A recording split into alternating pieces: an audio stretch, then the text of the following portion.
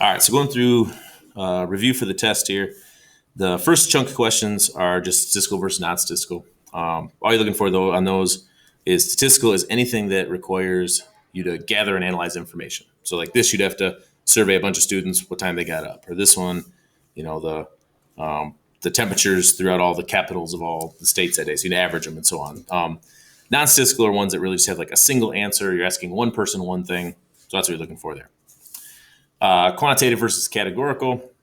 Categorical are things or like species, what class or what favorite dog people have. Those are going to be things. Quantitative is going to be numbers. So that would be like your hours of TV you watch in a night. Moving on down, you got sample versus population. Sample is when you survey a small group.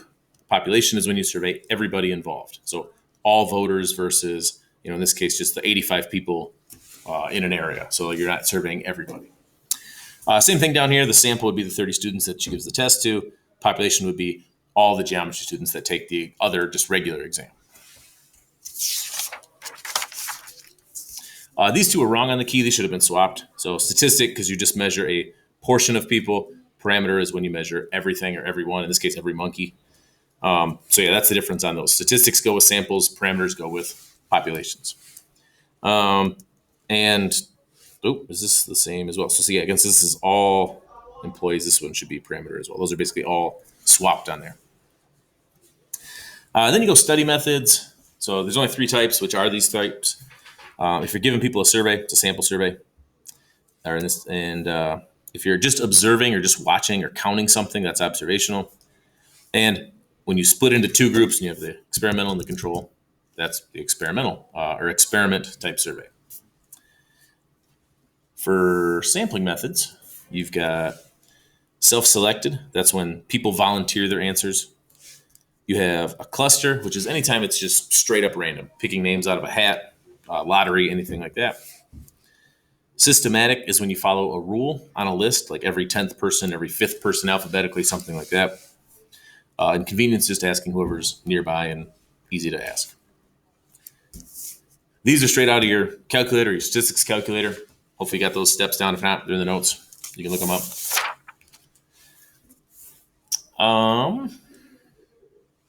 So golf scores. These are ones that I think you could actually argue any answer.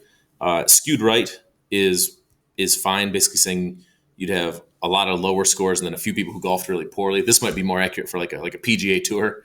If you did it like among casual golfers, maybe skewed left would make more sense because you only have a couple of good golfers and a bunch of really bad ones with high scores. So I think you could argue this several ways depending on the context.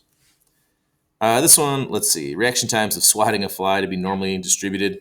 Skewed right, I think, is fair, where you get a bunch of people in one group. Maybe there's a couple who are really slow at doing it. But I think you could argue for normal. Again, with all these style of questions, as long as you can defend your answer, that's kind of the key. Height of students in a class, normal is going to be a pretty good answer there. We've kind of talked about that quite a few times. This graph is more skewed right because you have a few outliers to the right, which means you should use the median and IQR. Anytime the graph is skewed, the median is going to be better than the mean. And then this one here is normal, which means you should use the mean and standard deviation. So anytime your data is normal, the mean or the average is the best measure. So these, again, should have been flipped on there as well. And what else we got here?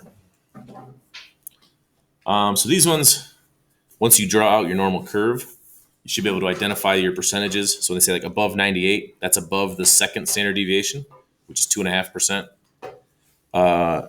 Below 68, or sorry, let me see, below 68 should be we know between here and here is the 68. So this will just be our 16 on this end.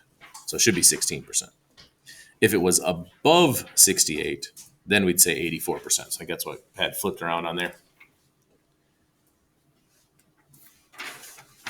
And then one standard deviation of the mean would be from 68 to 88. Scores for the top 2.5%, that's going to be everybody above the 98. So above the 90, so you got the 95 percentile here with 2.5% on each end. So everything above 98. So a couple little things there.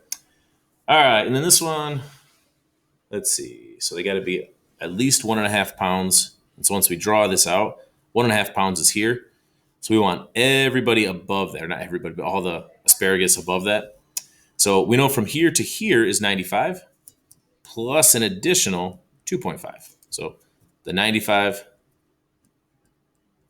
plus the 2.5 makes 97.5. Z-scores, this one's just like the one from the notes. Calculate the Z-scores.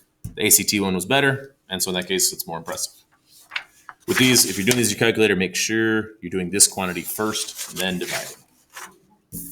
And then the last proportion one here. The proportion is when you just take the people who are selecting the thing out of the total. So it came out to be a little over 5%. Margin of error is 1 over your number of people surveyed, and then convert to a percent. And then you can plus and minus your percentage to get the reasonable range. There we go.